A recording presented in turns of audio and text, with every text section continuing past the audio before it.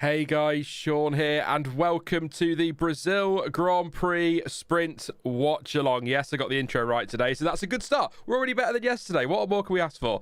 How are we all doing? It's a lovely, chilly Saturday afternoon here in the UK, so the hoodies are out now, so there we go, jumpers and hoodies. It's that time of year, but I hope you're all having a good Saturday wherever you are in the world. And we've got lots of action today. Sprint, of course, kicking off in about 25 minutes time, 24 laps, and then we've got the qualifying watch along, and of course, more importantly, the qualifying session from 5:30, qualifying starting at 6 later this afternoon. So lots to look forward to, and a little bit of change since yesterday. It's damp, which is the first thing to let you know. It looks like the leaders may be heading for an intermediate tyre choice at the start, but the track does seem to be drying quite rapidly, so we might see some pit stops in the sprint, which is a rarity, of course. And it's yeah, going to be interesting what everyone goes with. We were just talking on Sky before I went live there about possibly people sort of 9th, 10th place and back risking it on the slicks. We'll see. They have put slicks on the McLaren of Lando Norris there, but that might just be just while they're on the grid. So this could be interesting. We could have a mix of tyre choices. I'm hoping it's damp enough for Inter, so we get some pit stops, but still 23 minutes to go. It could dry out enough for slicks. We'll see what they decide to do. We'll run through the grid in just a second and let you know those changes as well. But we'll do some shout outs in chat. So say your hellos nice and early in the stream so you can get your shout out in. And please do share the stream as well. Don't forget to give it a share for those of you who want to. I have got football on in the background as well, which I won't pay attention to. I'm just watching the score. Don't worry, I won't. In fact, I'm going to turn it that way, so I'm only ever looking at the score, nothing more. Hello to Kevin. Says first vote I rule. Hello, Mr. Red Bull fan. Oh yes, indeed. Again, good merch, but I don't like their t-shirts are awful this year, but I do like their hoodies. So there you go. Hey Michael. Hey Pascal. I've got my hands in my pocket. That's how chilly I am. Pascal says hello everyone. Hope everyone is well. I'm looking forward to the sprint race very much so.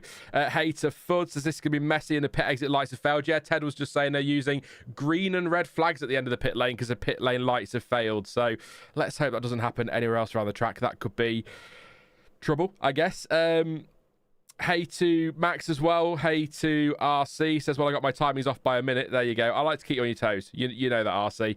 Hey to Michael. Says, if it's damp off the line, overtaking on the slicks ain't happening.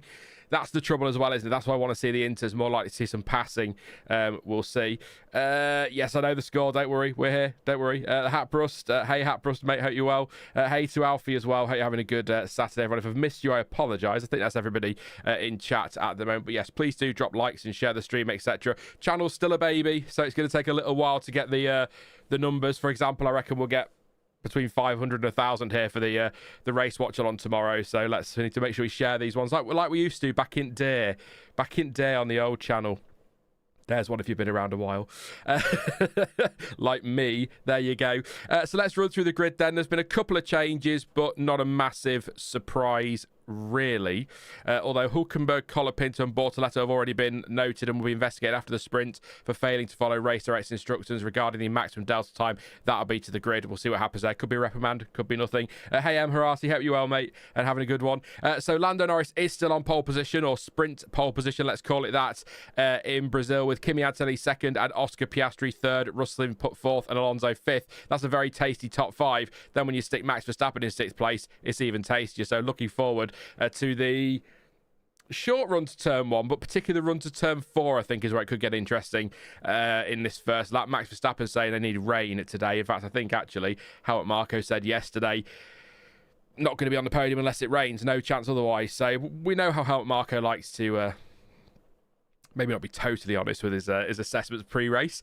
Lance Stroll, great job yesterday, P7. Charles Leclerc, the best of the Ferraris, in 8th. Isack Hadjar, 9th. And Nico Hulkenberg in 10th place. Lewis Hamilton, 11th, got a reprimand for his yellow flag infringement yesterday, just to let you know, no penalty. Alex Albon, P12. Pierre Gasly is 13th. Gabriel Bortoleto, 14th. Ollie Bearman, 15th. Franco Colapinto, of course, celebrating the fact he's staying alongside Pierre Gasly as a race driver for next season at Alpine. So hopefully a good result for him at some point this weekend. 17th for Lawson, 18th for Ocon, and then Yuki Tsunoda 19th and Carlos Sainz 20th. However, they are both starting in the pit lane, having made changes under part Ferme to set up and things. So not hugely surprising. I often feel that if you are, let's say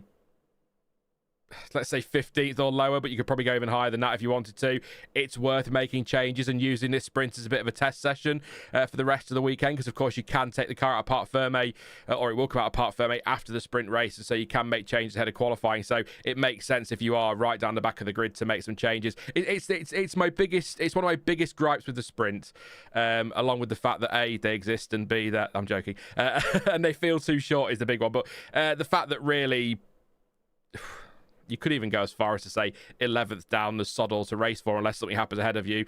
There's an inkling of a chance of points if you're 9th and 10th, but you're going to struggle if you're further back unless you get cars out of position. So you may as well use it as testing, which is sort of what it is for everybody else. So it makes sense from a Red Bull and Williams perspective, given how much those two struggled with the car yesterday for one reason or another. So I think that's a smart call to start them from the pit lane. But look... We'll do sprint gripes if you like. They've grown on me a bit, that I'm not as anti-sprint as I was when they were first introduced. I think the changes that have been made to the weekend format have improved the flow of the weekend. Letting the cars out of Parc Fermé after the sprint, I like that they've done that. I like the talk of maybe introducing a reverse grid, which I know some people really hate, but if you're going to do them anyway, you might as well make them a bit more different to the Grand Prix. Otherwise, you're just getting a mini first part of the Grand Prix, aren't you? You've got an inkling as to what's going to happen tomorrow, which is why the Parc Fermé change helps on that. But you may as well reverse them, make them a separate championship. But they're here. It sounds like we're getting...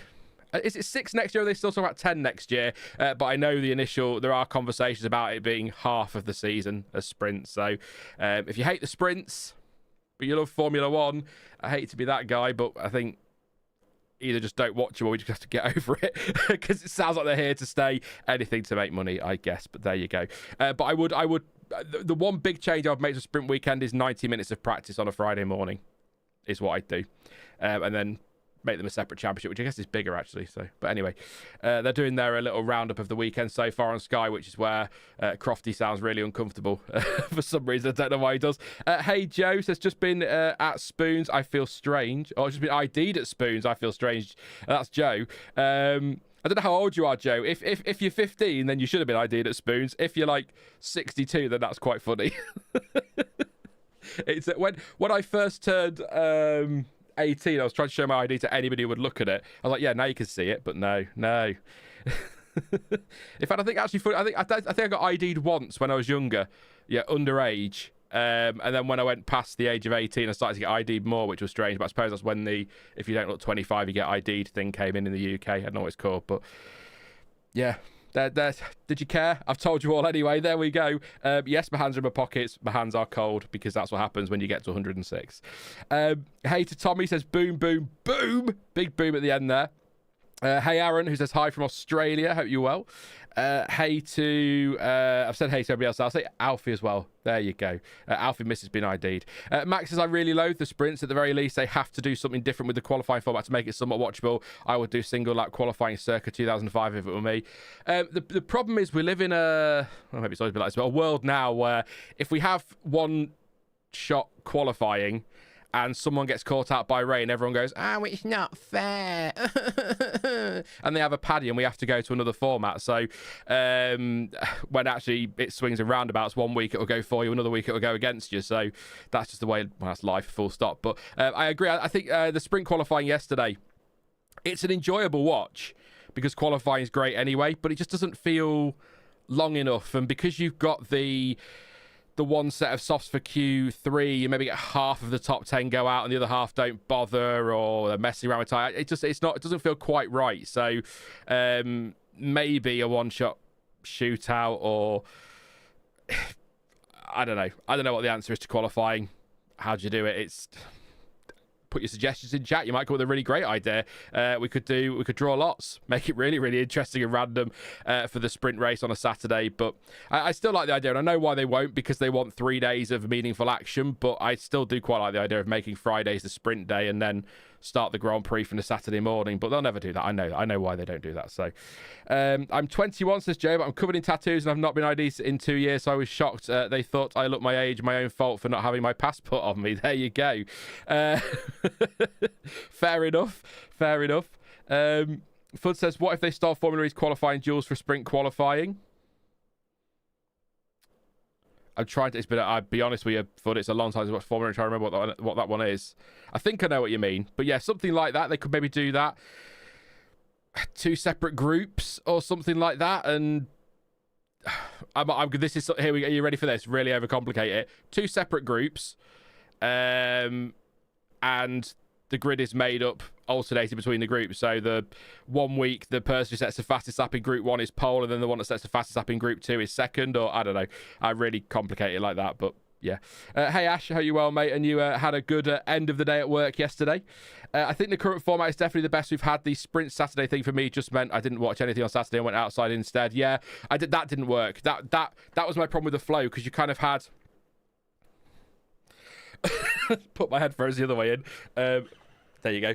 Grand Prix stuff on a Friday, then everything just stops, didn't it, for the Grand Prix, and it was suddenly into the sprint weekend and then back to the Grand Prix. That I agree, that didn't work at all. But let's not bring back elimination quali, Alfie. That wasn't just confusing for fans, it was confusing for drivers and teams. Remember Perez getting that wrong and a few others as well, so that was quite good. But yeah, no, that's... Yeah. I think there are lots of options out there I'm sure you'll come up with for qualifying, but it just doesn't quite click for me. But the sprint races are fun. The problem is I feel like we need another 5 laps, but then I can't help but feel that if I got another 5 laps, I'd then want another 5 laps, and then we just out with the Grand Prix distance. So yeah, I think 24 laps today around Brazil, that's going to be quick, isn't it? So yeah, it just feels like a snapshot of the Grand Prix tomorrow. But then with the part firme change, like I said earlier, I touched on earlier, at least then setups can change, so you're not guaranteed the same running order on Sunday as you are today. And yeah, we'll see. Risk of rain, by the way, for the sprint is 30%. Forecasts are really varying. The BBC one says it's going to rain on and off all day. The latest, when I checked on Twittex from those at the track, was that the expectation is we'll get showers throughout the day, and there could be a chance of a heavy downpour for Q3 in time for Q3 this afternoon. So we'll see what happens. But I think if we have to have rain in qualifying, if we could have a dry start, and then, I don't know, Ocon, Lawson, looking for the bottom of the grid, Colapinto, Sainz will get their laps in, and then it chucks it down with rain. That could be a lot of fun, because that means that we might end up losing some big names, and we get some surprise drivers at the sharp end for Brazil, which you kind of want to see. But yeah, I mean, look, Brazil is a track where we get a lot of chaos because of the weather and the way the track works and things like that. But it also does produce good racing. It's not just about the chaos. It's just the chaos adds to what is already a pretty bloody great racetrack. It's my favourite of the year. This and Canada for me. Obviously, the likes of Spa, Silverstone, Monza, they're incredible tracks. But just for the spectacle, I find most of the time Montreal gives us pretty good racing, and Interlagos, with the injection of chaos, also gives us pretty good racing. So I just enjoy these two. And then this, I'm saying it again, second day in a row, this should be the season finale. End of, no debate. Thank you very much. No further questions, Your Honour. It's as simple as that. 2 groups, odd numbered drivers in the championship standings in one. And even in the other 2, flying laps each. Each top 3 go through to top 6 shootout, 1 lap each. Complicated, but that's what I want, says Joe. I will try and break that down in my head a bit better, but it's difficult when you're like, I think I kind of see what you're saying there with the group thing, but maybe that's where the Formula E thing comes in. I don't know. Tommy says, and with the sprint and the safety car makes it even shorter sprint. Yeah, safety cars in the sprint. I think they need to look at Formula E's extra time or added time, or whatever they call it. I think if we get a safety car in the sprint, you've got to fuel the cars, though. That's the problem, isn't it? This is the trouble. They run the cars so lean on fuel, probably less than what they actually need. Well, the safety car, you save a bit of fuel, so maybe there might be a way to do it. I don't know, but I feel maybe mandate the amount of fuel you've got to have. You've got to have up to this amount of fuel, and then, or as this is your minimum, and then if you get a safety car, we add on 5 laps at the end if the safety car was out for 5 laps. But controversial take perhaps, but I think if we warrant a safety car in a sprint, should we get rid of safety cars and just go straight to red flag and start again? Because then you don't lose any laps. It is a sprint race after all, multiple starts. Could try it out. I don't know. Maybe maybe that's a controversial one. I don't know. If I had to tell someone 5 races to watch, what if you had to tell people 5 races to watch. What would you pick? Says Fudd. Is it 5 Grand Prix in the circuits or 5 races in from history? The circuits one is easy. Interlagos, definitely. Monza, Spa, Silverstone, Montreal, and as a extra one in there, probably Austria, the Red Bull Ring.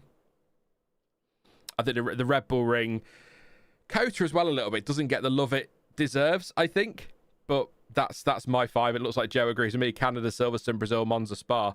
So in terms of best races ever, I mean, picking 5 will be tough, but if you want pure chaos, Belgium 98. If you want one of the all-time great drives can we still call 2005 modern day F1?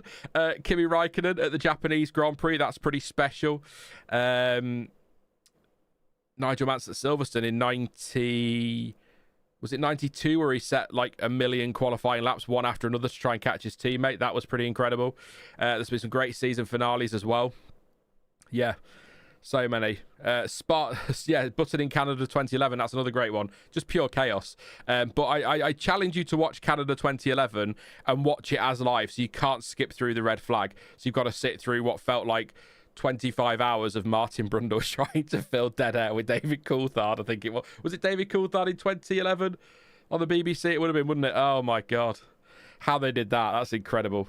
That's incredible.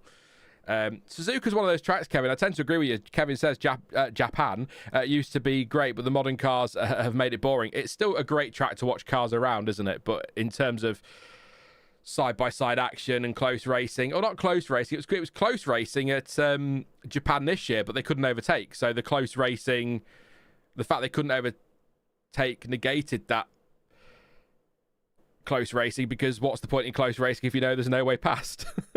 It's a strange one, isn't it? You know, it's not all about overtaking, it's about close racing, wheel-to-wheel action, opportunities, but if the opportunities aren't there, then it's not really exciting, is it? So yeah, but we're ready for this. We've got 8 minutes till the lights go out. I will, as always, count down the lights for you so you can sync up if you're not quite in sync with the stream. I know YouTube's a bit behind, and Sky Go is about a minute behind the main feed, which is what I'm watching, and that's a little bit behind F1 TV. So another thing. So I know some people need to sync, so I'll make sure I do that one. So yeah, that's the plan. Still 1-0, by the way, if anyone's interested in the football. I sort of, just on a football note very quickly, I want us to win, because I always want us to win, but I'm going to feel so bad for the United strand if we win and it turns out that bloody draw against Forest, a game you'd expect us to win, ends up stopping him able to get his hair cut. That'd be very frustrating for him. 7th Street Basis, hey mate, he says, hi all, looking forward to this. Hopefully won't be a run and hide affair from the start. I'm kind of hoping, and I'm gonna say this, right? But I'm also gonna caveat it by saying that I want to do less of this on this channel and having to cover my backside from the inevitable dodgy side of F1 fan bases. It's nothing against Lando Norris, but I kind of want Kimi Antonelli to be leading into turn 1, because I think that's going to give us a better sprint. If Antonelli's P2, I think Norris disappears with it. So Antonelli P1 into turn 1 or on the first lap, just to give us a good race. Verstappen maybe gain a couple of places as well to get himself in the mix. That'll good. Hey Anushka says, good evening folks, hope you well, Anushka, having a good Saturday. Yeah, just a reminder, I am live again at 5:30 at GMT for quali. That's 30 minutes before the start of the session, so we'll be covering that one. But yeah, very much looking forward to this. They're about to kick in with the music. I think Sky are doing their, if you press the red button now or you scan the QR code, you can drive on board with all drivers and all this crap they do every fucking week.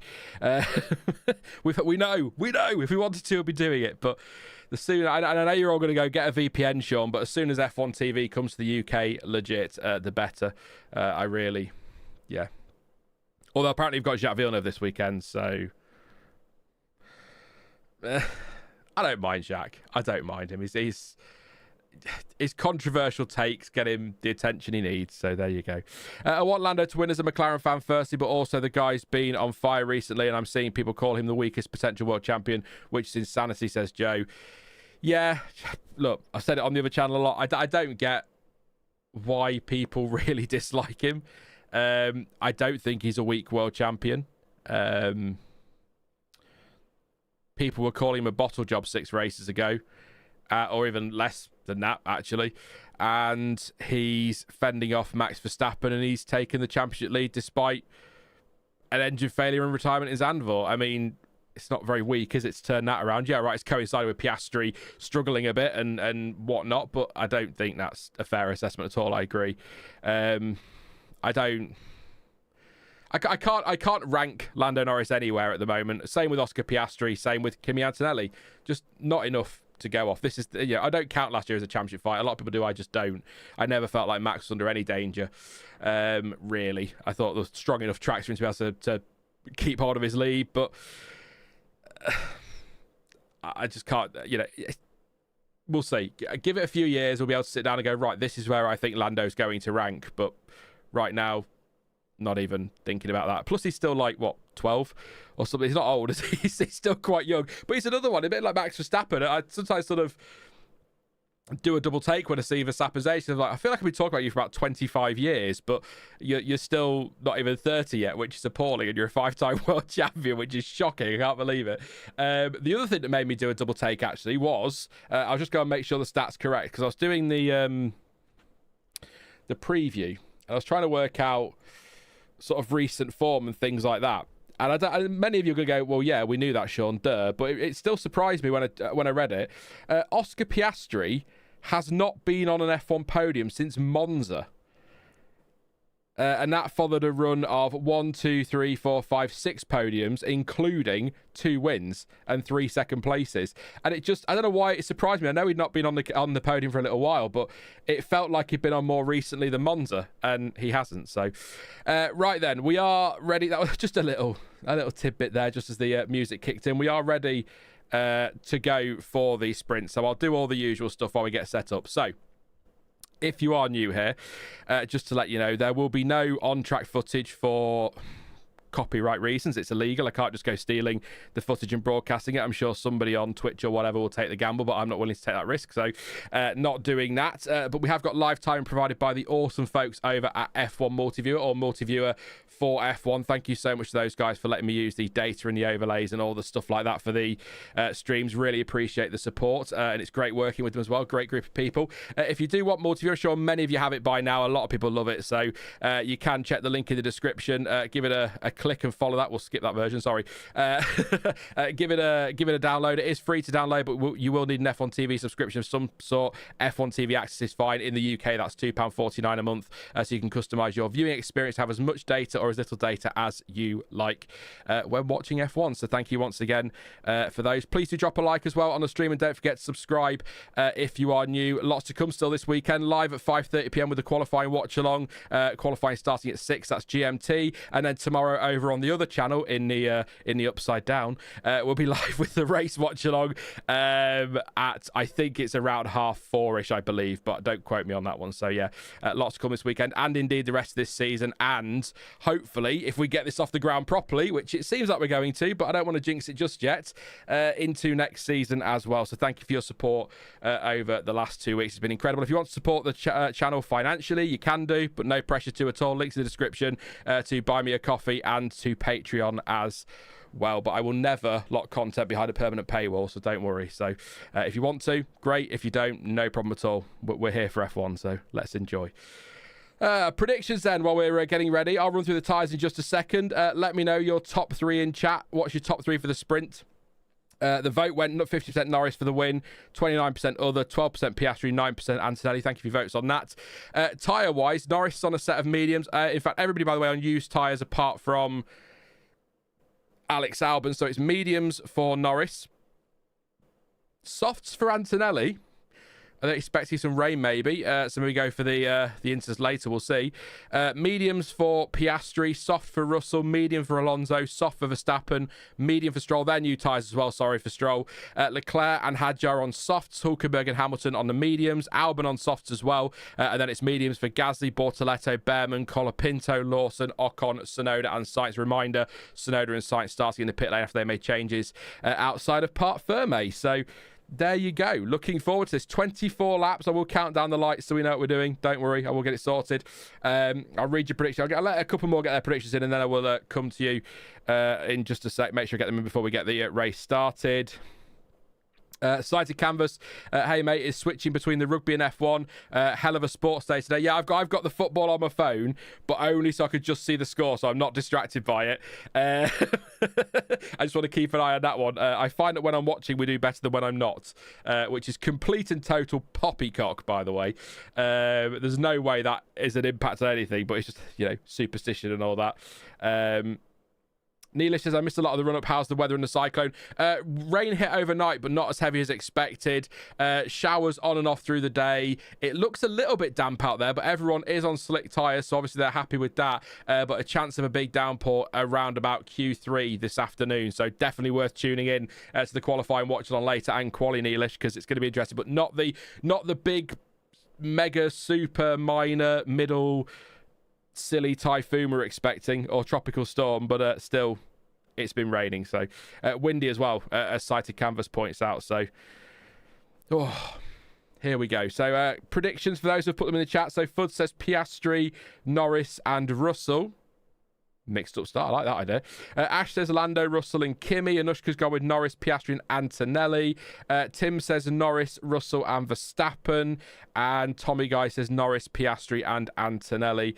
Grid does look greasy. I'm actually surprised there wasn't some pushing for a safety car start. Given that part of the grid is wet or damp and part of it's drier. They like to make things as fair as possible for some reason. But yeah, no, I'm glad they didn't.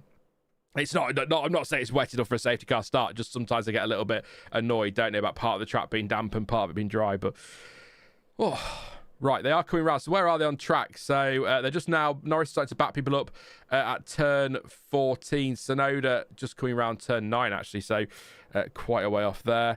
Dave says Russell, Norris, and Piastri. Kevin says I changed my vote. I say Alonso comes through to win. Michael says no overtakes after lap 2. That's another problem with the sprints. It's not worth the gamble, is it, for one extra point? That said, there's nothing in it at the top of the championship, so that 1 point could be pretty critical. So difficult if you're Piastri, for example, isn't it? Do you take that risk? I suppose you have to. Same with Verstappen. But if you're Lance Stroll running in P7, you're not going to go and send it on Verstappen to try and get P6. It's not worth it outside the first lap. Is that debris or leaves? Or I suppose leaves are debris, aren't they? But you know what I mean. They are lining up on the grid then. Lando Norris is in his grid spot. Then we've got the Mercedes of Antonelli, and then we've got Piastri and Russell. It does look very greasy out there, doesn't it? So I think this could be interesting off the line. What I don't want, if any rain comes, wait till they've got going, please. If it comes now, they'll just abort the starts. But let's just wait a minute. But yeah. Slightly uphill start here as well, don't forget. So it's a little bit unique to other tracks, which is interesting. Into the pits comes Sainz, of course, for his pit lane start. So has Tsunoda. But we are ready for the start. Final two now, lining up on the grid. Ocon and Liam Lawson. Here we go. Green flag at the back. 1 light, 2, 3, 4... and 5 lights, and we're going Brazil for the sprint. It's a decent start for Norris, and Antonelli's got Piastri for company into turn 1. It is very damp out there, a lot damper than I thought it was going to be. Norris keeps the lead with Antonelli P2. Verstappen's made a great start into P5. I mean, gained 1 position, but still, he's made a position. But Norris has got away well off the line, which is important for him. And then we have got Antonelli, Piastri, Russell, and Verstappen making that place. It was damper on that run to turn 1 than I expected, but I tell you what, Antonelli, good run. We've got an RB, a Racing Bulls off the track in the background. On the grass was Lawson battling Bearman, possibly, or Hadjar battling Albon. We've got yellow flags out there. It's Bearman. So I'm guessing that was Lawson and Bearman in some sort of kerfuffle there. I'm sure we'll see a replay, but things will probably settle down quite quickly now. But Antonelli's going to keep Norris interested. DRS at the end of the first lap, of course. So the first zone will be on the run to turn 4, and the DRS detection is just... well, it's on turn 2 pretty much on the map. So, yeah, so Bearman very nearly caught there. Then he comes across to defend on Lawson, who's definitely on the grass. I think he's going to go round here, yeah, Lawson hits him, and Bearman does go round. But Bearman really squeezed him onto the grass, to be fair to Lawson on the run down there. So probably a bit miffed, but he stuck his... it's really wet out there, actually, in that final corner. That's damper than I thought. But now we'll see what Antonelli can do. Still Piastri P3. They haven't enabled DRS, so that's interesting. due to a lack of... I don't see... There's absolutely zero reason why they couldn't have DRS down to turn 4. That looks pretty dry to me. I suppose offline, maybe not. But Antonelli closing in. That Mercedes looks quite either slippery in a straight line or just very good on traction out of these centre S's, because he looked really closed in on Norris there on that run to turn 4. So Antonelli's in this. He's in this. And don't just bear in mind, Norris, championship leader, if Antonelli sends it, he's gonna jump out the way pretty quickly, I imagine. He'll fight it, but he's not going to want to take any unnecessary risks. Nothing to lose for Antonelli in a lot of ways. And pretty much every way, really, isn't it? But yeah, interesting. But yeah, typical sprint at the moment. It's about follow the leader. One incident on that first lap, but we'll see if Antonelli can close in. But still no DRS, which is... I agree with the no DRS down the start-finish straight. Because turn 15 is pretty wet and you do carry DRS through there. They've just enabled it now, so we are going to go race with DRS, and they've enabled it just as Antonelli drops outside of Norris's DRS, I think. Yes. Yeah. So Antonelli is not within DRS of Lando Norris, I don't think. He might... No, he isn't. Piastri is of Antonelli, though. So they waited. Yeah, that Mercedes is quick in a straight line. They've set that up to be fast on the straights, because he really closed in there without DRS on Norris. So, yeah. Neelis says, cue the conspiracies. Yeah. That's why I did the little sort of, the little look like that as that immediately. Oh, they waited until... whatever, but I feel like that, I mean, that, to be fair, that could have been activated immediately. The conditions haven't changed at all, but maybe they wanted to wait and see what feedback they got from people before making that call. Purple first sector, by the way, for Charles Leclerc. Purple in the middle for Lando Norris, who is now 1.3, 1.4 clear of Antonelli. So if Antonelli isn't going to have the pace to catch Norris here, Piastri needs to get on with it and get past him, but... Just watching the, it's like, yeah, I mean, Antonelli now Piastri now he's got the DRS, he's closing in on Antonelli as you'd expect, but Antonelli's really pacey in a straight line, or seems to be, so not massively though. I mean, his straight line speed is 278 in the speed trap, so that's not that much bigger than anybody else, but... I really enjoyed the drone shot of the entire circuit, says Ash. I've not seen the drone shot, mate. Unless they literally just did it as I was looking at chat. So we'll have a look at the race starts. Yeah, Norris away better than Antonelli. Piastri better than Antonelli as well, but Antonelli had the inside in there, so he was okay. Verstappen up the inside of Alonso. Did sort of threaten Russell, but didn't quite get through there. I want to watch the Lawson one from this shot. This would be a great shot to see how he got squeezed by Bearman on the run to turn 4. That's not to say that Lawson's move in turn 4 was okay, just he was quite badly squeezed, so... What happens there with Lewis Hamilton? So he's gone from 11th to 8th, so a great start for him. He was just very, very good into that first corner in the damp conditions. Does he get the Aston Martin as well? He does. That's a lovely move on Stroll. So Hamilton just down the straight off the start and through turn 1 making up all those places. So good stuff. Him actually the best. They are investigating Lawson Bearman. That'll probably be a penalty for Lawson, I'd imagine. I need to see another angle, but from what we saw from the onboard, Bearman left enough space on the inside for Lawson. Oh, Piastri and Antonelli close to contact there if they didn't slightly touch. That was very tight. Breath of breathe a sigh of relief there, I'd imagine. So yeah, definitely get squeezed onto the grass, does Lawson. And then Bearman, I mean, Lawson's easily far enough alongside there to avert some space. They might let that go or put it on Bearman, but I think Lawson's right front from that angle was definitely alongside the wing mirror of Bearman. So I think he'd earned the right some space, as Martin Brundle would say there, but it is under investigation. We'll see what they say. I feel like the only person you can give penalty there is Lawson if you're going to do that, but let me know in chat how you feel about that. 1.6 seconds a gap at the front if you are interested. Going to call it. Lawson had the corner. If anything, Bearman caused the collision, says Fudd. It's weird, isn't it? Because when I watched that, I feel like Bearman on board had left enough space and Lawson was far enough alongside, so you're going to call me a fence sitter now, but I feel like Piastri's in the wall. It's over for Oscar Piastri. That'll be some sort of safety car. But Piastri's out. Game over. Hulkenberg's off as well. Colapinto. Oh, there's a huge... Yeah, there's loads of them off. Think back to 2003. What's happening down there? Think back to 2003. Lots of cars off. Hulkenberg off. Colapinto off. Lawson off. Lawson. Piastri off. They've caught a damp patch or it's raining and it's caught them out. Safety car deployed. We lost 2 cars definitely. Almost a third in Hulkenberg. In fact, Hulkenberg is basically stopping. Might be because there's a safety car. Need to see that again, but that was very, very... Could be oil. That was very, very 2003. There is a river across turn 3 that they've been trying for...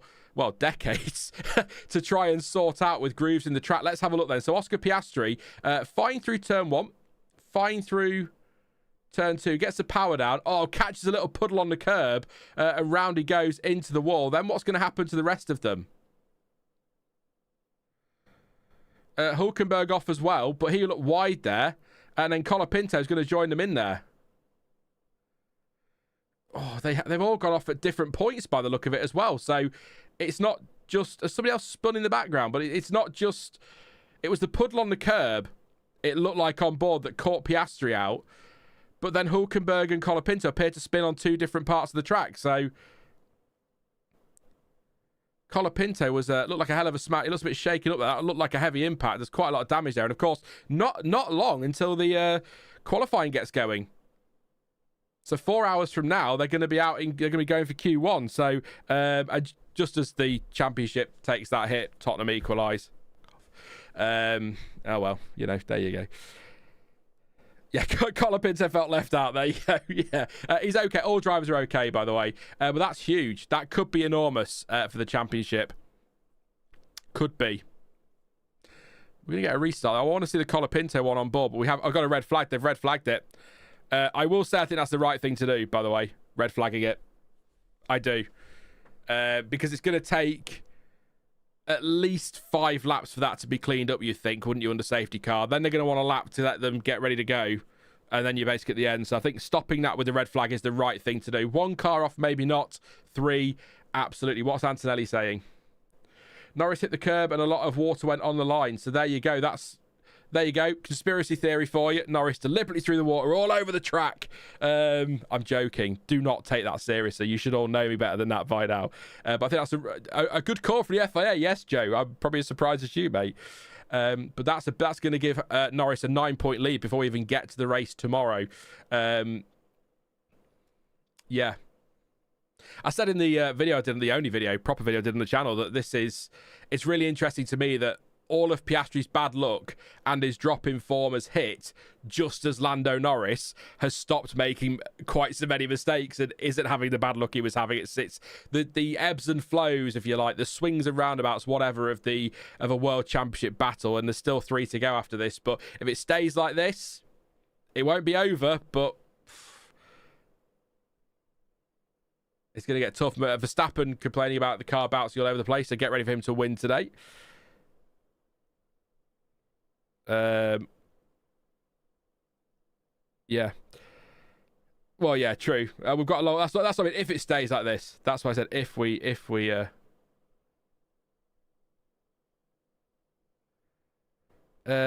hear Discord, says Kieran. I've not got Discord open, mate, so it shouldn't be mine. And I've got all my desktop sounds off when I'm streaming, so.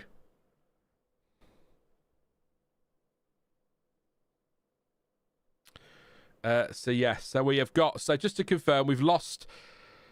We've got a different camera angle here. So, is that the same one? The other one was T-cam, I think. But he comes through. So here we go. So he's going to go onto the curb here, and it's a big puddle. He just catches on the curb, and there's only one way your car's going to go, and that's around at that point. There isn't an enormous amount of runoff at that point at the corner. So he's in the wall. That's game over for Piastri today. Obviously, they'll fix that car. Oh, and Hulkenberg catches a puddle a little bit further up, I think. And when does Colapinto go round? When's again, we're zooming in on Hulkenberg. There weren't, and Martin Brundle just making a point there. No yellow flags out for the. Oh no, there was. Sorry, the lights were flashing. They are, but not at the corner, maybe. But round go. I want to see Colapinto. I want to see Colapinto spin. They should have the onboard, surely. And he goes right. He catches a damp patch on the curb a little bit earlier in the corner than everybody else. So, isn't that interesting? Like, you're not really sure, no. But just, he was already all over the place through turn 1. Did it start drizzling a bit, maybe? And then, yeah, he catches, he didn't even touch a puddle, just a very damp curb. So, just interesting to me that we've had 3 crashes at exactly the same corner. That's a big accident for Colapinto, by the way. But it was at 3 different parts of the corner.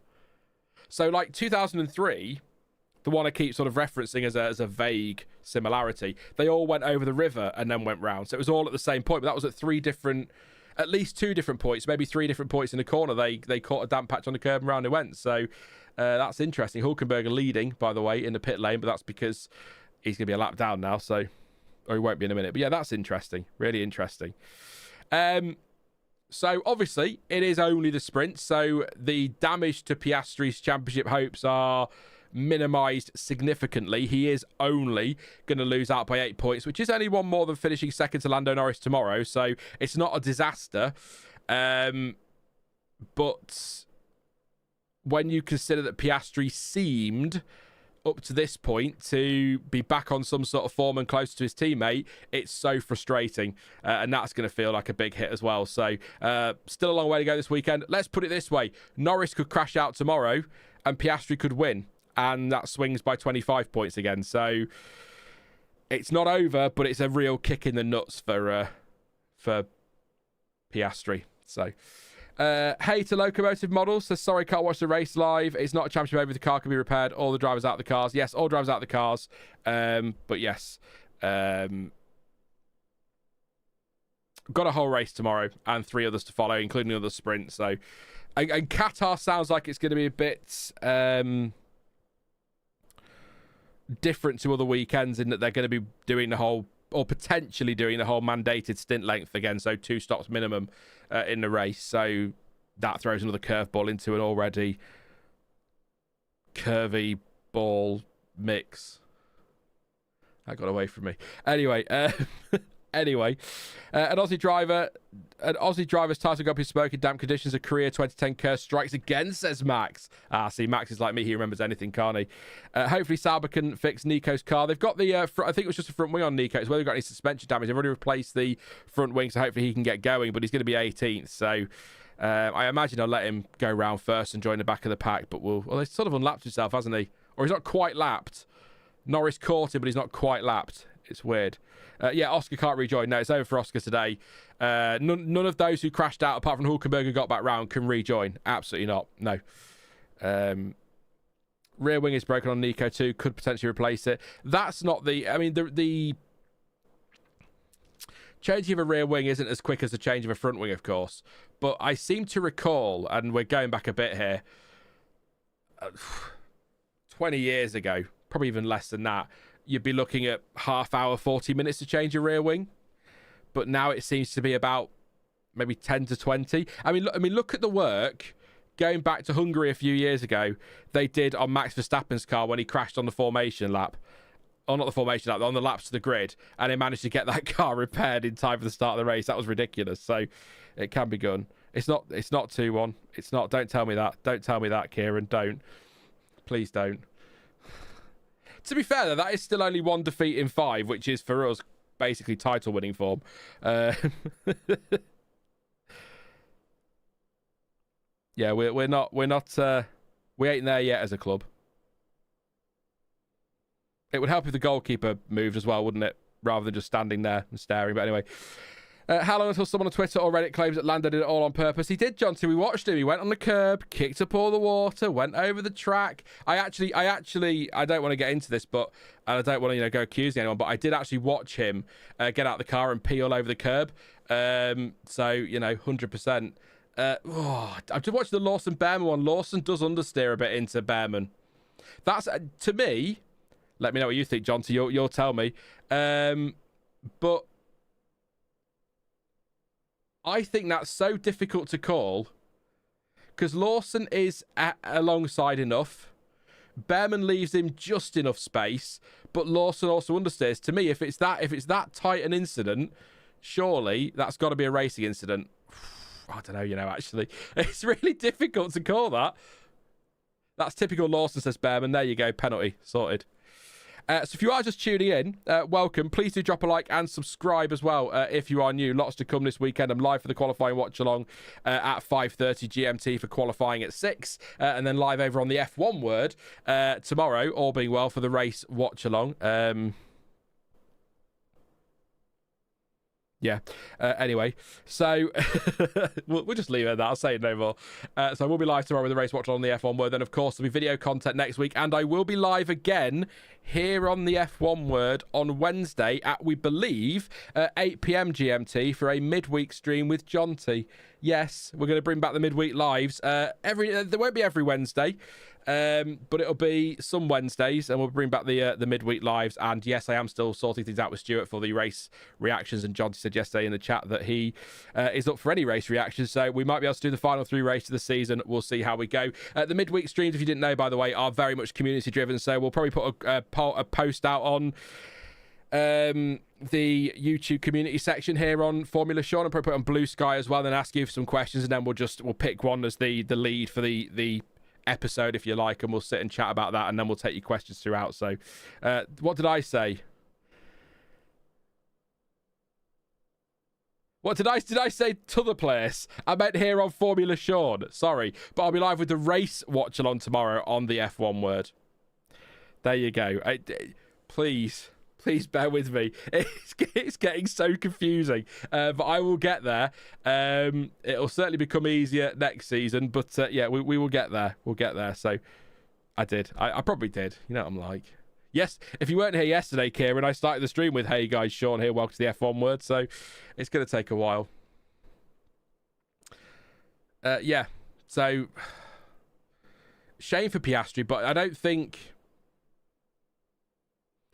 I mean, you could claim driver error for all 3 of them because the other 17 got through, but that's just one of those very unlucky situations, isn't it? So, yeah. All right, Kev, I know you hate the upside down. We get it now, mate, you know. Replay from Kimi review, says Ash. Yeah, I saw that one from the back, but yeah. Kimi stayed off the curbs, didn't he? See, Colapinto was already out of shape through turn 1. And then, just caught the water, different spot. It's quite a heavy hit as well, so... I mean, I keep comparing this to sort of 2003 Brazil, but as I'm sure many of you can remember, you need a cheat sheet on your monitor, says Tommy Guy. I've got OBS open with my bloody logo on it. You'd think that would be enough, mate, but no, apparently not. But yeah, go back to 2003. As I'm sure you remember, it was the worst part about that was this was pre-virtual safety car and all of that. So we had cars going off, and then marshals in the runoff trying to recover cars whilst other cars were going off into them. Very similar to Nürburgring in 2007 as well, where we had marshals and tractors peeing about in a gravel track while cars were still spinning off. So is it 2-2? I sit on Sky Go, it's a minute behind, Kieran, so you're giving me the score so I get to look across for the goal. So that's probably the way to do it going forward. I can keep an eye on the football without too much to worry about. So yeah, race will resume in about 10 minutes by the look of it. So there you go. Who got the goal? Delict. Good. He's a good lad. Yeah, so it's 24 minutes past now, so we've got 11 minutes till the start of the race again, so all the sprints, sorry. But yeah, so yeah, there you go. They were just showing, actually, from a live camera angle, on the curbs, obviously they've got the grooves in the curbs and all of that. They're full of water, some of them, so that's what's happening. But yeah, so, I mean, look, we're talking about 9-point championship lead as it stands, but all it's going to take is for Norris to hit a puddle like that, and he's in the wall as well, so... So, yeah, so Antonelli saw that water come up from Norris, and then he stays off the curb. So you'd like to think if Piastri had been P2, if my grandmother had wheels, she'd have been a bike and all of that, but if he'd have been there and seen that, then he wouldn't have been on the curb, you'd like to think. So just very unfortunate for Piastri to just catch it there, yeah. So Norris could have just as easily gone round. We could have had 2 McLarens in the wall, which, no offence to McLaren, would have been great for Mercedes and Antonelli, wouldn't it? So there you go. Restart order, by the way, is Norris, Antonelli, Russell, Verstappen, Alonso. It's what you can see on screen, basically. Leclerc, Hamilton, Stroll, who's 23, Albon, Hadjar, Bortoletto, Lawson, Ocon, Bearman, Tsunoda, Sainz, and Hulkenberg. I tried to do that on numbers. I like to try and make sure I remember the numbers, so there you go. Go watch 1970s films. Marshals would be trying to jump over cars crashing next to them. Fans will be standing on the edge of the track. Yeah. I'll always recommend it. Documentary film type thing on the BBC called Grand Prix The Killer Years. So it's dark, but it's, yeah, Jesus. How they got away with half of what they did is beyond me. How so many actually survived is beyond me as well. It's, yeah, completely different time now, but yeah, even going back to relatively recently in 2007 with that Nürburgring stuff, you won't get away with that now. I say that. Turkey 2020, was it? Japan 21, 22, somewhere around there. Yeah. I can't believe Lando Norris sabotaged his teammate's race. Ban that sick filth, says Fudd. That's a joke, I'm sure. It might not be, who knows. I'm going to be honest, I didn't even realise I was on Formula Shaw, says Joe. There you go, you see. Neither did I, mate. It's clearly. There you go. By the way, if Verstappen kicked at the water to cause Norris to crash, he'd be praised as a master tactician with killer instinct, says Neelish. And Fudd says, I'm going to say it, Franco shouldn't have been full throttle when he crashed. The yellows were clear. Yeah, I mean, was he full throttle, though? I can't hear much from the TV. I only just catch the commentary bit by bit. So I can't hear engine notes and things like that. So I don't know who was still flat through there and who wasn't. I'm assuming standing restart, by the way. I can't see any reason why we can't have a standing restart. Max, again, tongue-in-cheek, says woke F1 not letting the drivers potentially aquaplane into a digger on the track anymore. Yeah. Yeah. I remember almost been hit by a wheel while marshalling at Silverstone, says Alfie. Bloody hell. When was that? What year was that? What was... You see, you say wheel, and my mind instantly goes to 98, and that wheel that I still think is flying through the air somewhere from Michael Schumacher at Spa. God knows where that ended up. Like I said, it's still going. Round and round it goes. So Sky was showing he span as he accelerated normally out of 2 to 3. Or out of 2, 3. Okay. I'll have a look later when it's all done.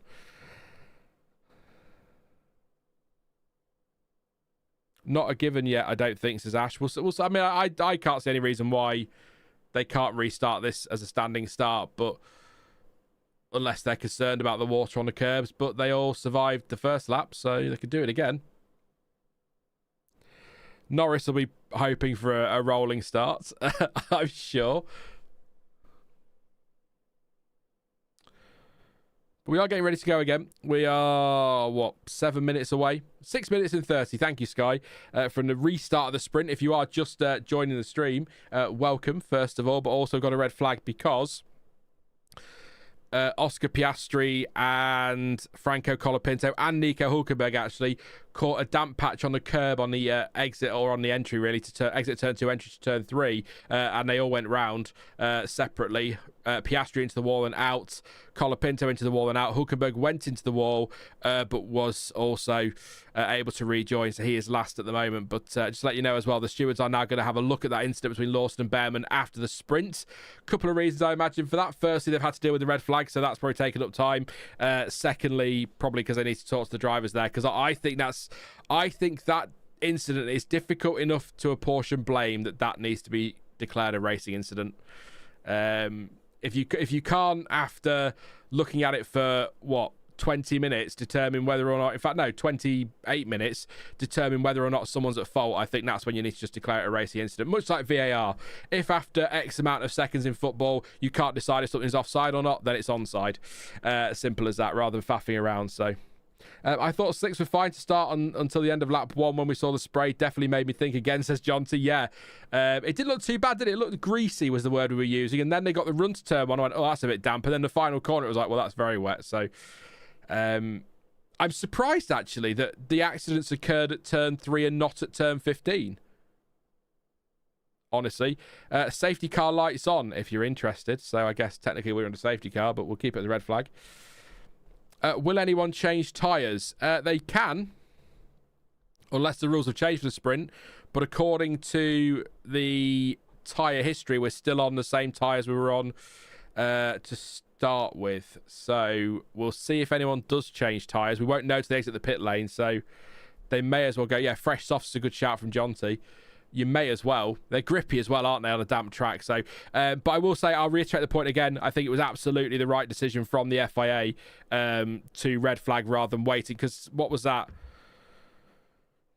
We must have been about 15, 20 minutes. No, about 15 minutes under this red flag. So imagine that under a safety car. The race is done, isn't it? So what's the point? So, not literally done, but as good as. So I think going with a red flag was the right thing to do rather than losing the laps. Yeah, you could actually. Yeah, good point. Yeah, use set of scrub softs that they ran in qualifying and sprint qualifying instead. It depends on what the forecasts that I've seen. Tomorrow's supposed to be overcast, risk of rain, but expected to stay dry for the race. Wet in the morning, dry for the race. So they're going to need their dry tyres. But if the forecast shifts and it's going to chuck it down, then you could use a set, couldn't you? But yeah, I'm off to read my new book. Thank you for the entertainment. My favourite, Sean. I have popcorn. Yeah, for when the conspiracies are on, for when the conspiracies on the Twitter, I can't type, says Joe. That's all right, Joe. Take care, mate. Have a good one. Hopefully, the Twitter conspiracies aren't too bad, but I'm sure somebody will blame somebody for no reason. I would have taken longer. It would have taken longer if they were parading around. Yeah, they have to take. Yeah, true. Got to take. Yeah, they'd have to get out of the way, wouldn't they, for the cars coming round? So, there are little spots on the camera lens of moisture. But I wouldn't say it's raining. We've got 3 minutes to go until the restart. It's well, there'll be people who blame this on somebody somehow, but it's funny. Yeah, I have gingerbread I bought from the German market earlier this week, so I'm set. Says Fud. There you go. Sounds good. Ginger is yeah. I can't. What my sister-in-law messaged me yesterday. What do you want for Christmas? I was like, oh, don't be ridiculous. That's months away. Then I looked at the date again and went, shit. How are we at that time of the year already? Good Lord. I've only just finished washing up from last Christmas. It's ridiculous. I'm waiting for the full-on conspiracy that a certain driver controls the weather. Yeah, but, you know. Also, I think Jensen, by the way, Jensen Button's, is it his last race today or tomorrow? He's going to be retiring from racing after this weekend. So, yeah. Bless him. Now took with Jensen Button at all. Nothing at all.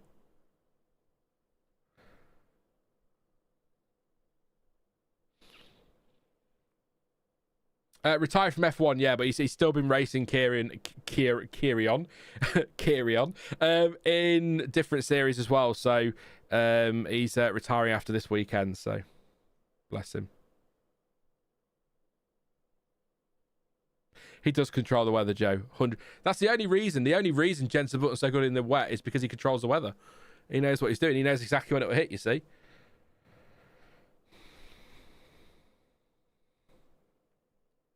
Jensen Button, just while we're waiting for this countdown, one of those drivers that sort of, when he came to F1, there was a lot of what we'd call now hype around him. Back in old days, we didn't. But people rated him quite highly and, you know, talk of a future world champion. And then he had his career and it was sort of like never really clicked for him for one reason or another. And it was like, oh, maybe he's just never going to win a world championship. And then Brawn happened. Rolling start procedure for zero reason. So that's a bullshit decision. I'm sure they'll have their reasons for it, though. So that's, yeah, Martin Brundle sounds about as deflated as me. Rolling start because obviously it's drier now than it was for the first start. But they've decided that this warrants a rolling start, but the first one was fine for a standing start. There you go. So that, yeah, a lot of new tyres. Norris on softs here as well. I think Antonelli's gone to mediums, which is interesting. So that's Yeah, interesting. Just about to. 1 minute away, the racing start.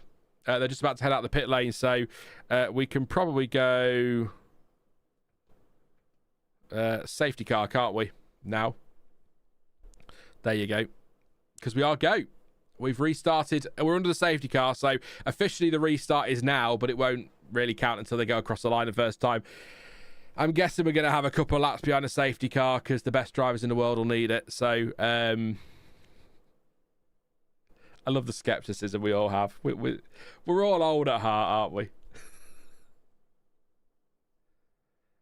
Yeah, I agree. If it's too wet for a standing start or whatever, then I think intermediates is fair. You should put them on them. But Sainz Cavan's rolling start reason spite. That's your reason for everything today, isn't it? I mean, we may have missed it. It may have rained. It may have rained for all we know. But if it hasn't rained, then the track is drier now than it was at the actual start, and we had a standing start for the actual start, and now we have to have a rolling start. So yeah, sure, Jan, sure.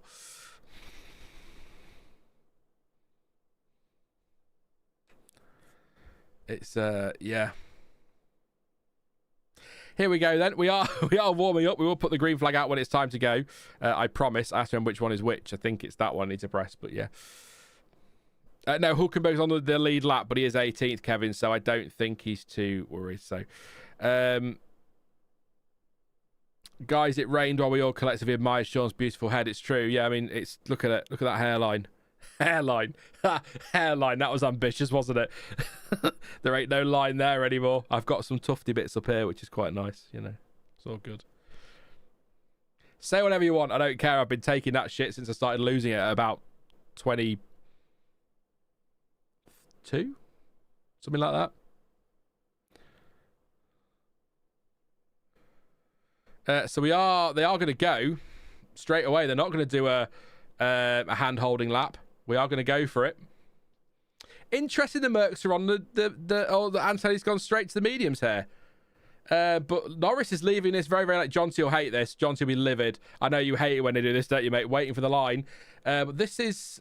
we are going green. That was bold from Norris, though. I tell you what, and Russell is having to go Antonelli here. I think that's silly from Mercedes. I know they're racing, but and that's a lock-up for Alonso, and through goes Max Verstappen. Can he hang on in there, Max? He does indeed. But I think Mercedes needed to not squabble there, and they needed to both attack Lando Norris. I think that was silly. Here goes Russell now on Antonelli. Alonso coming back at Max Verstappen. Russell down the inside. No, he won't at all. And there we go. Max Verstappen fends off Alonso. So Alonso down to 5th. But oh no, he's come back at him. Lovely exit from turn 4 and 5 for Alonso. Had a go. Oh, we nearly lost the Williams in the background on the damp patch on the exit of 4 as well. Or 5, sorry. But that was a bit of a scrappy start. But yeah, I think that was a mistake for me from Mercedes. They needed to work together there, and instead they were squabbling, and now they've ended up a second behind Norris.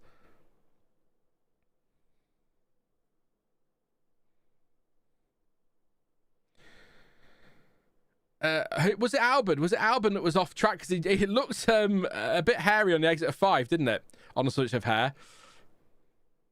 Yeah, so off we go. So the soft's pretty good off the line, as you'd expect over at the restart. But Norris already 1.3 seconds ago, and they've enabled DRS immediately. So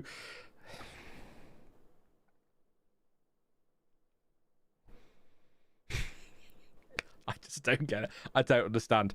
First start was dry enough for a standing start, but wasn't dry enough for DRS to be enabled immediately at the end of lap 1. But the second start was deemed too wet, so we had to have a rolling start, but it was dry enough for DRS to be enabled straight away. We just asked for consistency. That's all I want. But that doesn't make any sense. Whatever. I'm sure there's a great reason for it, but, you know, whatevs. Weird. I guess in the steward's defence or the race director's defence, if it was okay for DRS at the end of before the red flag, then it's okay for it now. But it just, yeah, weird. The gap is a second at the front now. Antonelli just bring it down a little bit, but now it's gone back up to 1.1. So Antonelli's first sector ever so slightly quicker. I'll say it again if you're just tuning in. I think the Mercedes Air should have been smarter than that and stayed close to Norris rather than squabbling amongst themselves. But second and third is still a very good result today for Mercedes. I imagine Norris is going to be fairly cautious through turn 3. We'll see.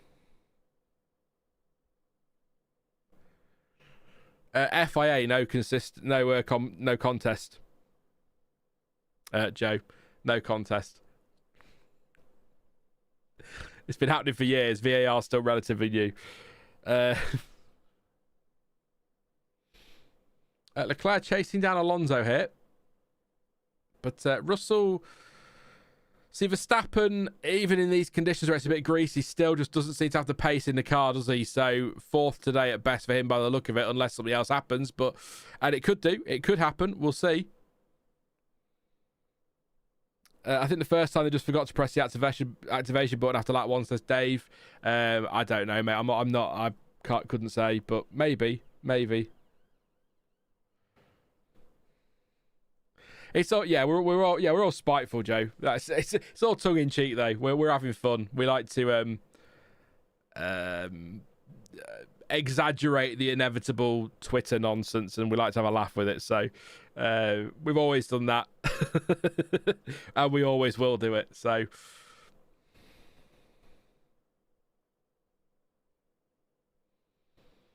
Gingerfest says it could be an issue with one side of the grid being dry because it's on the racing line. Could be, but it doesn't look a massive amount different to how it did at the first start when the track was wetter. But I guess, yeah, they have been dry. Yeah, that's a good point, to be fair. I mean, look, the FIA will tell us something afterwards about it. We always tend to get... Somebody will ask somebody at the FIA and they'll say, oh, it was because blah blah blah, and then we'll know. We can address that in qualifying then, but it's not that big of a deal. I'm not that fussed with a lot of it's tongue in cheek, but we're racing and I love my racing. So frequently inconsistent actions, FIA, very good. It's better than some that I've used over the years. Effing idiotic a-holes was one I used once. Everyone else is Ferrari international assistants. I'm just abuse. Welcome to Formula Short. So Alonso is only 8 tenths behind Verstappen here. So Verstappen is not threatening.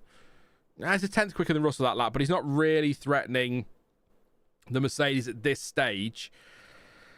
Norris has, I'm not going to say gone. It's only 1 point. Oh, I thought it was a Ferrari ride. It wasn't. Ignore me. I saw something at the corner of my eye. I got very excited there about something going round, and it wasn't. It was just the camera angle. Ignore me. People going, what? Nothing. I swear. Nothing happened. Take a breath. Walk away. It's fine. We're all good. Antonelli a tenth quicker this lap in the first sector, by the way. I want to watch the middle sector here. This might be important for the rest of the weekend, although it's difficult with the sprint because from this afternoon they're out of Parc Fermé again, aren't they? So things change. What's Norris say on the radio? So Lando in general, the wind is getting gusty, especially in places like turn 12. Yeah. Sean's Ferrari pessimism turning into psychosis live. Yeah, the camera, I was sat like this and I sort of went like that and I saw they went round turn 1, but because of the camera angle at turn 1, it looked like someone was going round, so I'll keep it for the GP, yeah. I don't think I've got a doctor, actually. I really need to get one now that I'm getting of age. I'll turn the green flag off now, by the way. We are go, but we don't need that on anymore. I think you get the message. We are go.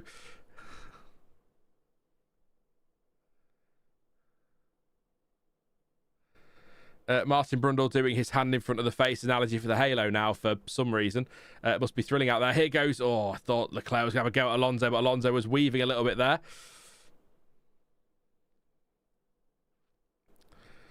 You always know when it starts to quieten down because Martin Brundle starts pulling out random stories about, the halo. You think it would impair your vision, but it's like putting a hand in front of the face. You see through it. And back in 1992, remembers Nigel Mansell having 3 eggs for breakfast one day, and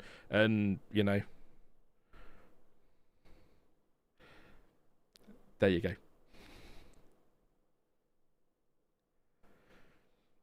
Korean Chandler saying there that Alonso's being told to lift and coast, which is interesting, I suppose. But we didn't really get we got one safety car lap, maybe, didn't we? So not like they're going to save a lot of fuel there, and we've still got the rest of the race to do. So yeah, interesting. Is there a problem with the timing tower on TV? Because for some reason we've got the sprint classification top 14, but I think everything's working okay. It seems to be on multi-viewer, so it might not be a global timing issue. Interesting. Just TV graphics. Here goes, Leclerc again, just can't quite get close enough on that run to turn 4. So Alonso's having to lift and coast, which is sort of letting Verstappen off the hook a little bit here, and also allowing Leclerc to have a go. But he seems to be just getting it. I mean, he's a wily old fox, isn't he, Fernando? And he's just getting it right. So, but fast where he needs to be, slow where he needs to be. 1.2 is the gap at the front, by the way, at the moment. So we are still waiting for something to happen up there, but I think Norris probably has this covered.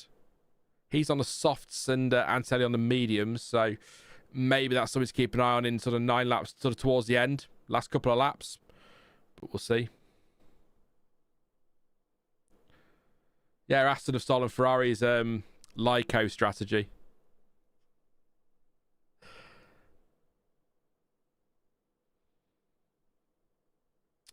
I hate dead air, but I don't know what to tell you, really. Battles. I guess we could look at that. Leclerc on Alonso might get tasty now. He's half a second behind. So let's see. I'd say that's quite enough. He might have to take a dive into turn.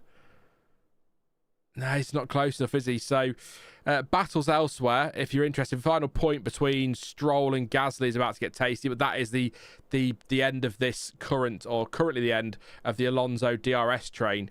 Albon's starting to catch it relatively steadily, let's say.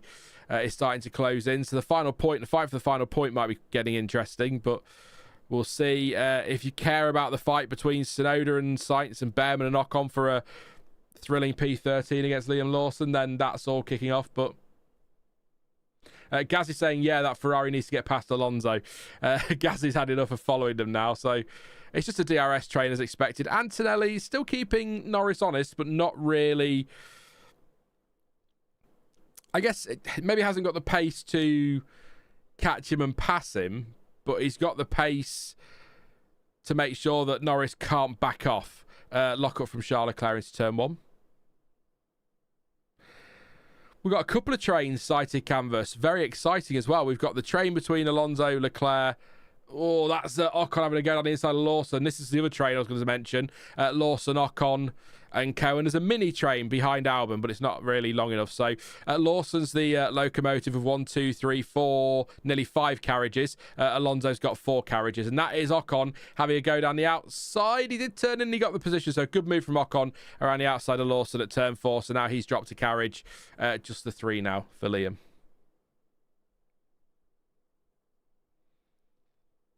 Altitude's a thing as well, isn't it?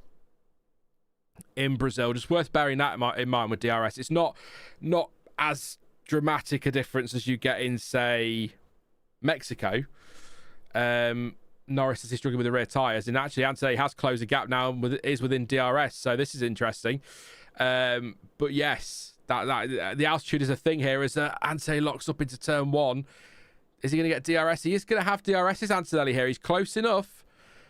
He's got it, and it's open. So that's making these last few laps a bit spicy. So Norris struggling on the rears. Maybe the mediums was the right choice there for Mercedes. But funnily enough, despite having the DRS, Norris pulled away there. So Tsunoda has made basically 0 progress. I mean, he started in the pit lane. He's 16th. He gained 2 of those because of crashes, 3 of those because of crashes. But, you know, he's not in the pit lane anymore. That's progress, right?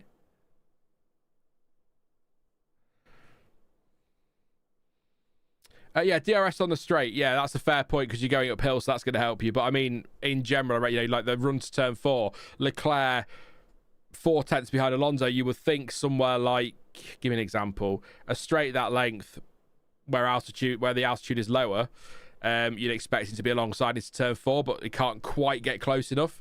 But the slog up the hill is certainly helped by DRS a lot more. That's fair, yeah. It's I was looking at the Leclerc one more than that. I sometimes forget about this DRS zone. It's a weird one through the final corner.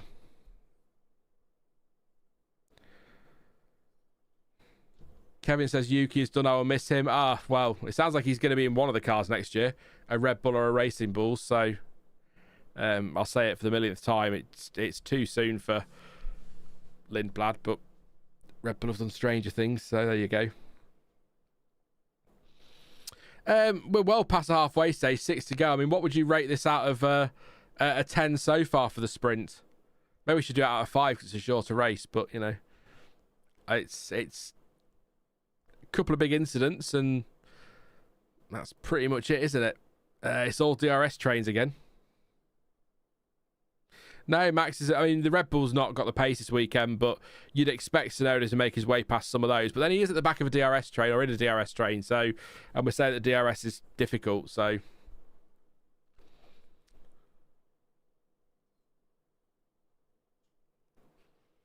the Mercedes rear tyres there, according to Martin Brundle, starting to fade as Antonelli matches Norris at the front. Verstappen's lap times. Verstappen, actually, to be fair, 4/10 quicker than the leader at the moment. So he's not making progress in the sense he's not gaining many places now, but he is catching them. So he might find himself top 3 here.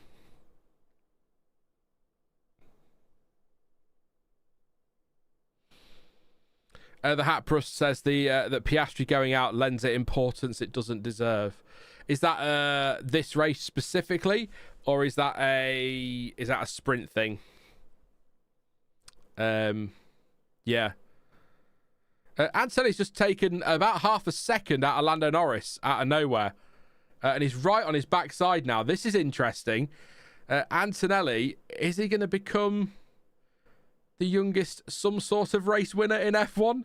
The sprints don't count for the record books. They have their own record books to sprints. It's why I really don't get too thrilled about it. Spite out of 10 says that for us.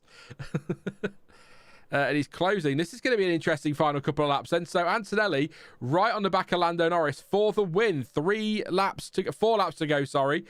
And he's got DRS. He is within 4/10, and now it's just 5/10. A little bit of a weaker exit from turn 2 there than the McLaren had. So Norris got to keep an eye on that Mercedes. What happened on that lap? Because it was about 1.2 seconds, and suddenly it was 6/10. So I don't know what happened there. Leclerc is still again 6/10 behind Alonso. It's just not, that straight's not quite long enough, is it? Could have done with you need to be about 4/10 behind, I think, coming off of turn 3, maybe. Would we say? About 4/10 down that straight, 3 to 4 you need to be before you hit DRS. Maybe even less. That's interesting. I wasn't expecting Antonelli to close in suddenly so quickly. And Russell's still there, keeping him sort of interested, let's say. Who says it in chat? You might be here, you might not. But I'm going to have a situation here where Antonelli and Norris tangle, and then Russell does nothing, wins. It'd be very in keeping, wouldn't it, with the constant meme we keep doing on this channel, on any channel. He's not close enough through there. 5/10 is a gap. 6/10 now. So, yeah, here we go. Leclerc into turn 1. Having a look at Alonso, not quite. Yeah, that straight isn't long enough for Antonelli. It needs to be about 4/10. So Leclerc is all over Alonso. He's had enough now. Coming through turn 3, he is close enough this time, is Leclerc. Now we're going to find out. 2/10 behind. We don't need to be watching these two through the middle sector. There goes Leclerc in picture, and then they cut it away as the overtake happens. As Hamilton followed through as well. Not quite. So we've just had an overtake. It was picture in picture, and then they cut it away just as Leclerc got alongside. So he is through. We have to look at the driver tracker. So excellent TV direction again while we watch Antonelli and Norris through the middle sector where nobody's going to try and overtake. So spite. Formula spite. That's what we're going with. Yeah. Great. So Leclerc is through and into P5 finally. Anthony needs that gap down. It's 9/10 now, so he needs to get that down a lot. He needs a really great exit from turn 2, and he needs to be within 4/10 at that DRS activation at least. That's true. At least it didn't cut to Leclerc's fiance. Yeah, Leclerc getting married. That is news, I guess, this week. Some people will care, some won't, but there you go. I feel like I'm going to say this and I'm going to jinx it for him, but I think Norris has weathered the storm here. He's just got enough over Antonelli in this middle sector to make sure that he can't get close enough down the main straight and then isn't close enough through that long run or longish run to turn 4. Bortoleto passes Albon on the run to turn 4, and then Albon gets back past again. I think. Yes, he did. Don't know what was going on there. Unless Albon's past Bortoleto. No, Bortoleto's behind, isn't he? So again, it's about 9/10 coming through the final proper corner. I say in the wet, all of them are proper corners, but you know what I mean. Yeah, it's now a spike race, not a sprint race. He's a 10th closer this time around, is Antonelli, so that might help him. It's going to get down to about 6, maybe 5 into turn 1, 5.5. Yeah, 5/10. It is close, but this needs to be perfect. This is the final lap. So if he's going to do it, it's got to be now, and he's not close enough. So if I'm Antonelli, I'm sending this. He won't. He's way too far back to send it. If I'm Antonelli, I'm sending this straight into Norris's side pod, because that was never going to happen, was it? That was way too far back. No. So that should be that then. That should be that. Unless he has an epic middle sector here, Antonelli. Oh, someone's in the wall. Bortoleto's in the wall at his home race. He's hit the... they should be against the... yeah. Lawson and Co will get past, so they might be able to do this without a safety car, but we'll see, or a virtual safety car, because this is the final lap. So we'll see if they'll let them race all the way round. It's only the back end of that sector as well, by the way. So, I mean, Norris is okay here. He's 8/10, so he should be okay.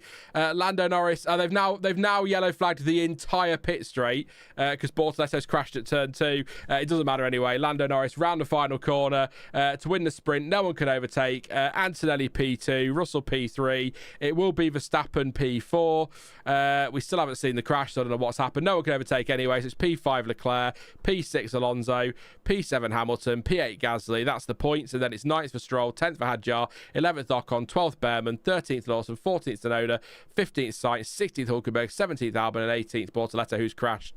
He will be classified, but he's out. So, yeah, they had the yellows initially were out at the end of the straight and through turn 1 and 2, and then they suddenly extended that to all the way back to turn 14 for some reason. Maybe just to err on the side of caution, but yeah, there you go. It's a big shunt for Bortoleto as well, by the way. Barriers are damaged. Do you know what? Early prediction, I don't think Bortoleto gets out for qualifying. If looking from the helicopter shot there, or drone shot, or whatever it was, I think they're going to struggle to get that car fixed for qualifying, honestly. But Lando Norris has won the sprint, 8 points. It's a 9-point championship lead now to his teammates. Oscar Piastri, who crashed out earlier, of course, as did Colapinto and Hulkenberg, but he managed to get going again, and then Bortoleto smashed out as well. So I think they're going to struggle. I think Piastri will be okay. Colapinto, that's a massive shunt. No, that's not being rebuilt. That's going to need engine, gearbox, a whole... That might even need... That's a chassis change, isn't it? And everything, surely. Surely, tell me what you think. Some of you will be better at this than me with the tech side of stuff, but that to me looks like they need everything. We're going to watch it on board now. He is okay. He's out of the car. So he comes across to make a move. Oh, that is a huge crash. Oh, shit. He's all right, but goodness me. So he's come out to make the move, and as he's sort of come out to pass Albon, he's caught a damp patch and just gone round. And that's the problem offline, and that's huge. Oh. He hits the wall on the inside and then straight into the wall on the outside. Great commentary, I know. Oh. May have lost it. He seemed to be spinning before he seemed to be spinning as he pulled out.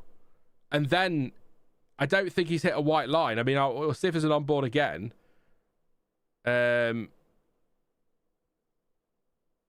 Oh, maybe did just touch the runoff there. Yeah, maybe. Oh, he gets air. He actually takes off as he goes sideways into second barrier. That car ain't getting out for... If that gets out for qualifying, Sauber are incredible. That'll be an amazing... Look at that. Oh, he does... because he's pulling... I think he's pulling across. Maybe a rear lockup. Yeah, maybe the rear's caught the white line, but I'm just going to rewind ever so slightly, so we've got another onboard here. So he's... No, he's not really turning left at all, is he? Something's gone... Either something's broken there, a rear lockup because he's caught a damp patch, or it's... I don't know, just gone right. That's really strange. Steering wheel came off as well after he hit the wall. That's how hard the impact was. But yes, Lando Norris, sprint race winner. I'll do the order in just a second. But yeah, that's the most important thing there. And I'll say it again, Bortoleto absolutely fine. But that's a heavy impact for Gabriel Bortoleto. I can't see that getting out for quali. But yeah. Lando Norris has won the sprint in Brazil.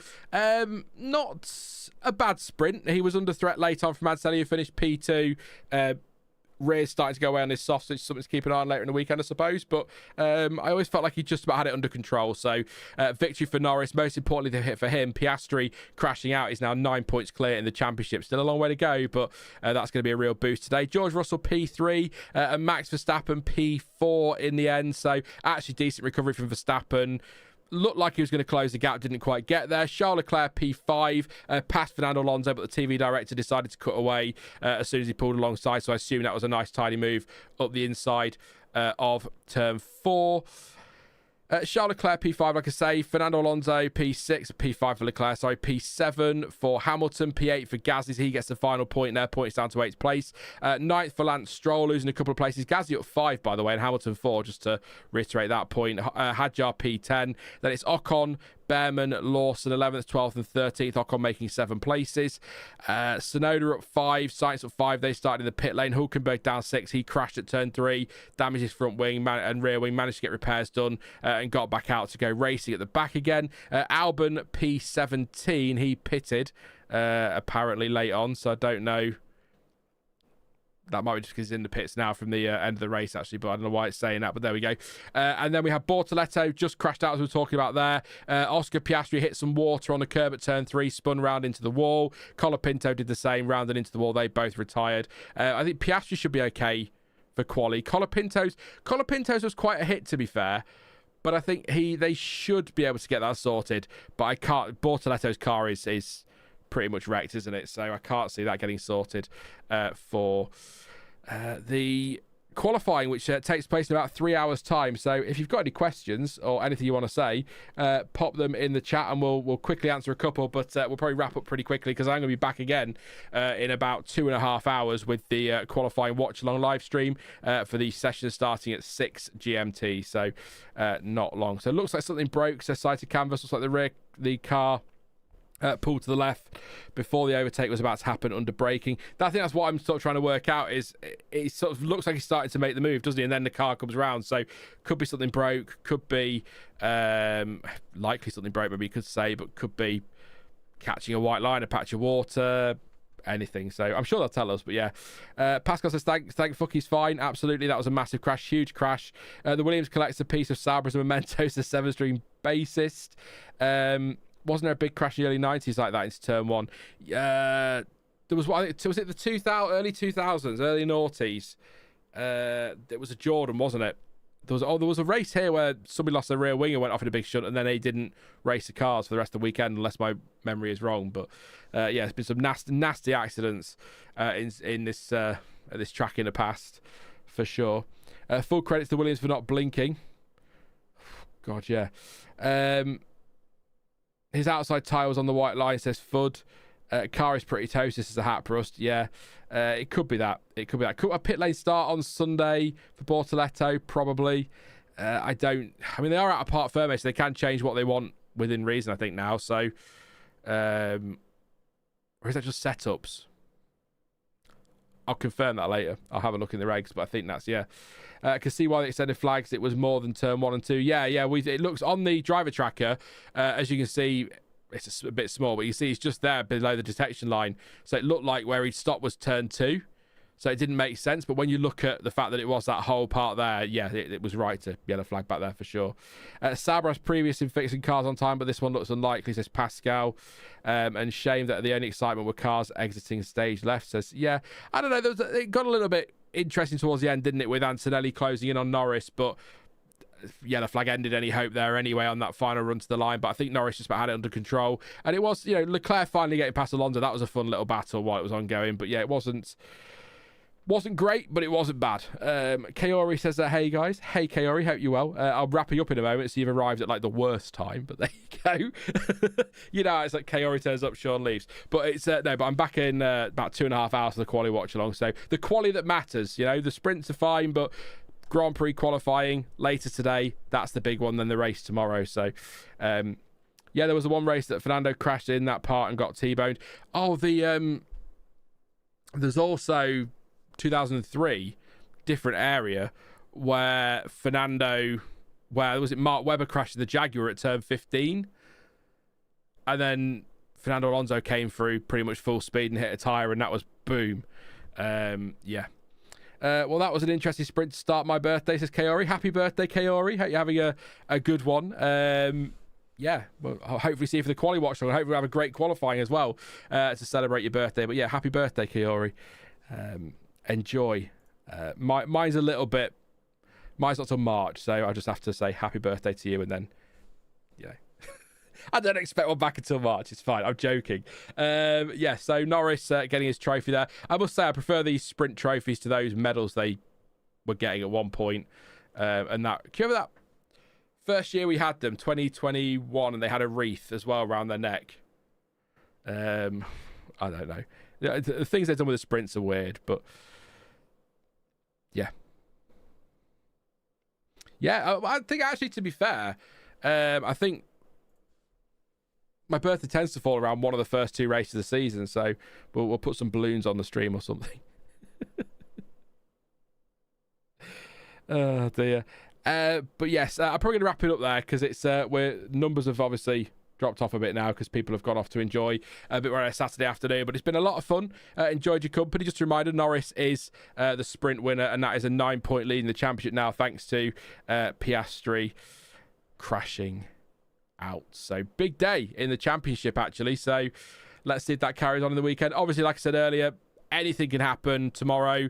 Norris could crash out and Piastri could win and things swing again. So please do drop a like before you go, and don't forget to subscribe if you're new. Lots of content to come on the channel over the next few days, weeks, months, and hopefully years. We'll see how we go. You never know. And don't forget, I will be back. I've said it enough, so I'll say it again. In about 2.5 hours, let's say, about 5:30 GMT for the sprint, not the sprint, just the normal Grand Prix qualifying watch along, and then live again tomorrow on the F1 word for the race watch along. But lots still to come this weekend. But as ever, thank you for watching. I've been Sean. This has been Formula Sean, and until next time, goodbye.